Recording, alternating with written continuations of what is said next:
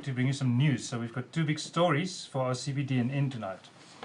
And the first one is get a free bag of marijuana with your vaccine. So we're going to try and not talk too much about certain subjects here, but it happened in New York and it happened in Washington, that they gave away free bags of weed for people that were prepared to get jabbed. I'll read a paragraph from the story. It says, with Joints for Jabs, the DCMJ activists hope to highlight the need for further cannabis policy reform at a national and local level while bringing awareness to the importance of equitable distribution of the vaccine. So once local health officials began offering them to the general public, dozens of home growers, cultivators will celebrate the occasion by handing out free bags of weed outside the centers. So I wish this would happen in South Africa. What do you guys think? Well, I don't know. I think on the poll that it'll be all telling, because certainly just sitting here on the Jazz Farm stoop, I've been observing the polarity of this whole debate of whether to get these jabs or not. You know, I think that if I had to predict the poll, I would say that it's going to be sort of poles apart, as it were. I don't know that I would ever be so desperate for a spliff that I would go and get a vaccine. I think the two are kind of too far apart. So jabs, I'm not so sure. I'm not so desperate for a free spliff. And also somebody was saying before the show, what's in the spliff? Depends on the quality, I suppose. Personally, I wouldn't let the cannabis sway me to get a jab. That wouldn't be the reason I get it, if I do get it. Dale, what do you think? I think, look, I'm pro-choice, like most of you guys. So if you're going to decide you want the jab, then why not just go to a place and get a free joint out of it? You know? Well, let's see what the Americans think about it, eh? What do the Americans think about it? We've got a little video. We've got a video for you guys that was sent to us all the way from Washington. This happened in Washington and New York, so let's have a look. There's the council members, their phone numbers. Washington, D.C. locals had an extra incentive to get a COVID-19 vaccine on Tuesday.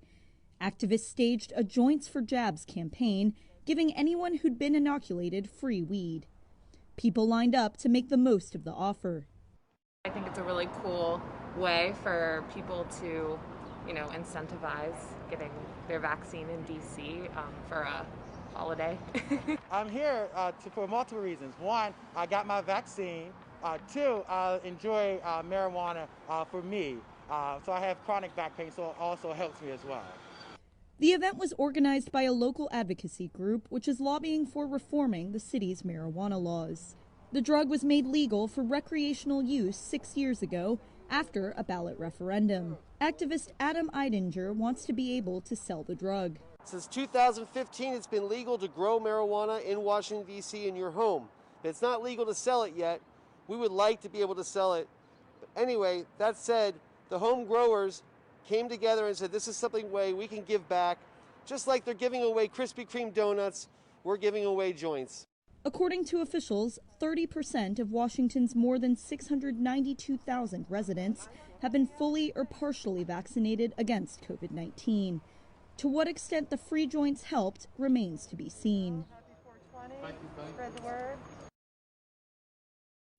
That was really interesting. It's good to see some activists overseas also, getting up and getting involved and spreading the word and the good message. Myrtle, you said you wanted to say something? Oh, no, I was just watching Dale rolling away here, and we mustn't forget that the bongs and blunts are supplied by Fillet the Heiko. So that's why we have all of this awesome kind of trickery around here on the table. And so, Dale, roll, man. Our THC levels are really low. The stoner Lego, yeah. Joe, would you get a jab for a joint? I don't know. Yeah, I'm not a big fan of jabs personally myself. But for a joint? No, because I'm imagining that that's not the best quality. Or which, if you've got really nice greenhouse, really nice indoor, or some good old outdoor, would you do it which one are you going to be handing out for free? Yeah, would you do it for a 5 kilo jar? No, I'd rather grow my own. Besides, I'm one of the people that is going to wait a year or two to see what sort of side effects may or may not happen before I decide whether. And you've got enough homegrown. I do. Okay. I do. Being self-sufficient is really important in life. Independence is great. Okay, that brings us to our second story for the evening. Study shows joints waste 300% more THC than dabs. Yeah.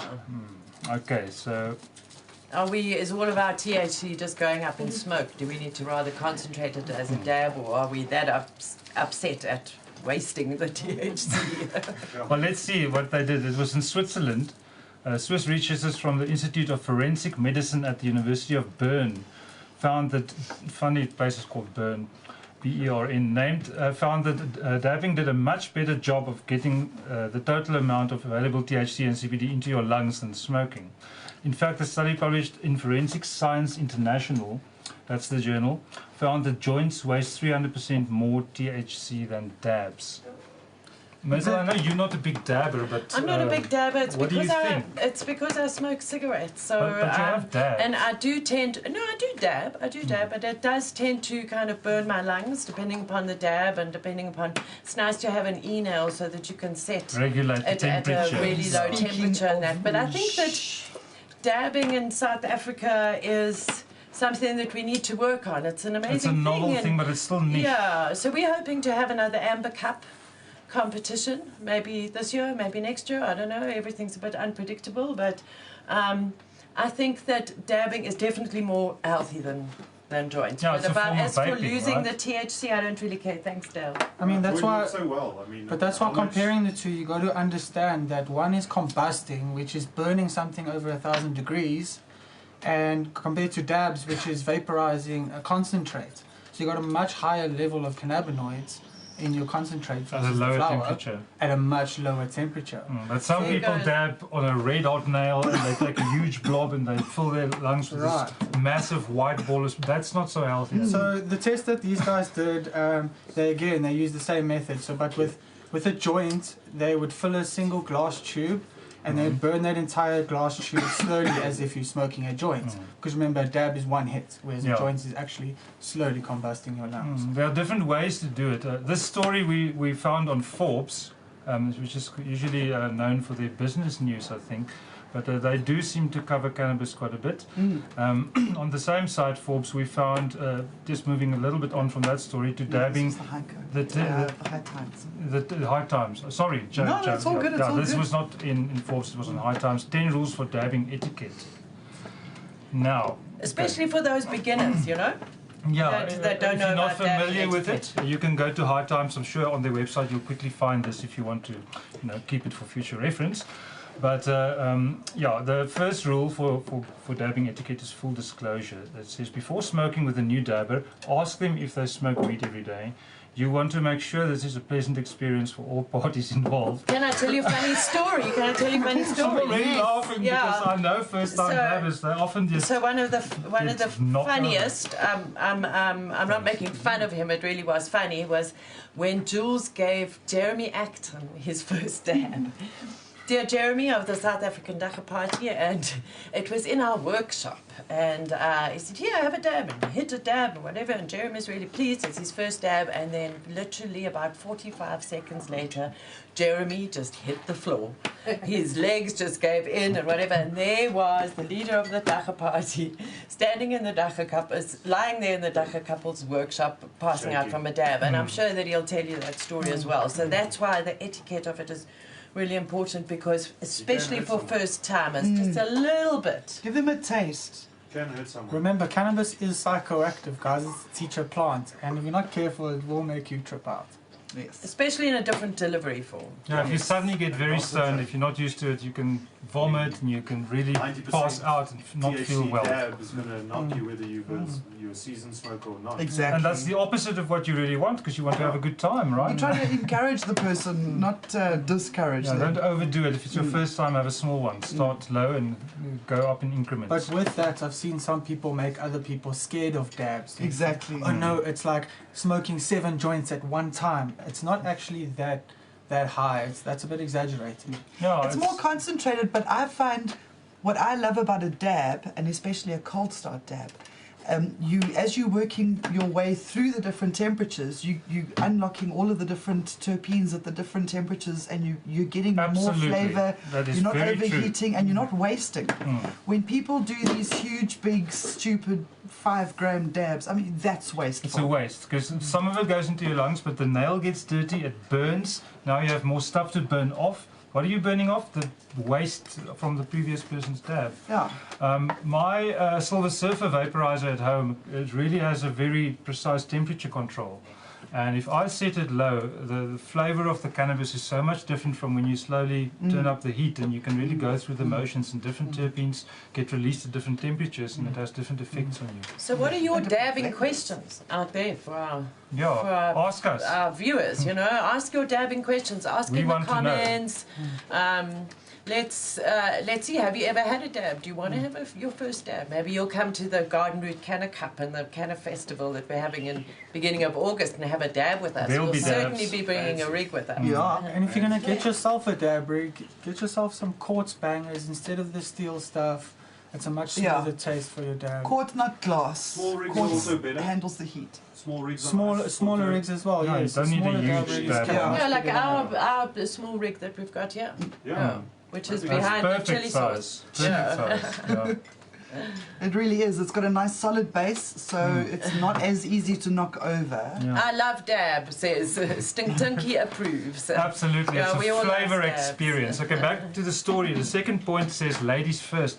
I don't quite agree. No, that's a bit old-fashioned and medieval. High times, really high times? But chicks do dig it. If you No, say what after chivalry, you, I don't believe that chivalry should be a dead thing. I've taught my children how to be gentlemen and treat a lady like a lady, whether she wants to be called a lady or well, not. certainly in the month of August, it must be ladies first because that will be Cannabis month. That will for be ladies, right? Women's one.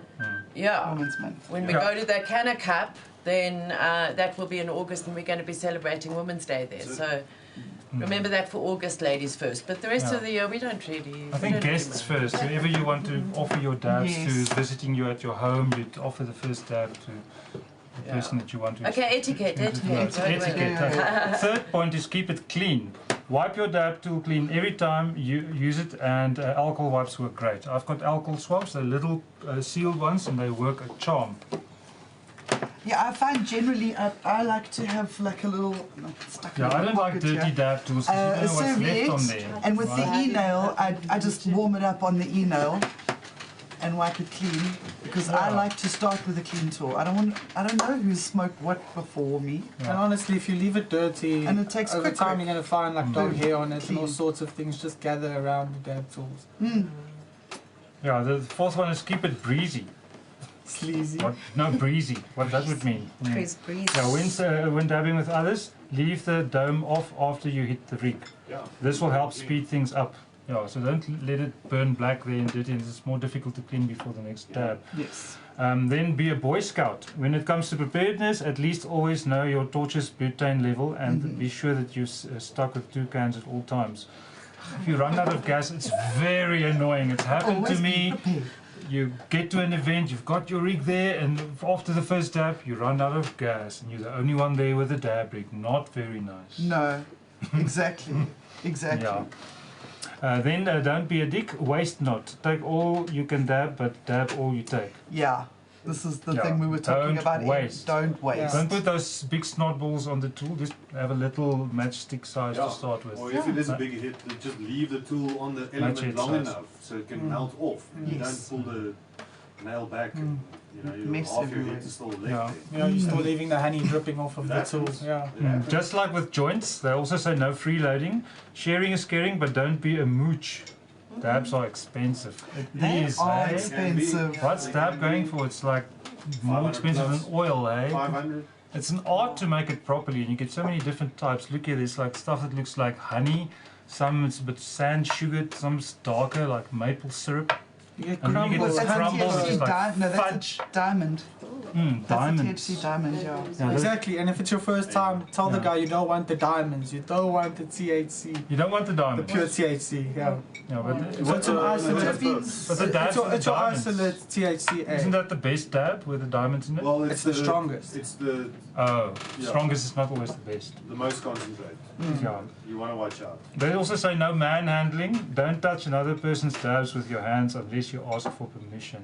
Especially in 2021, that should be a good rule, yeah? Know your limitations, dab responsibly, and remember, drooling is not sexy.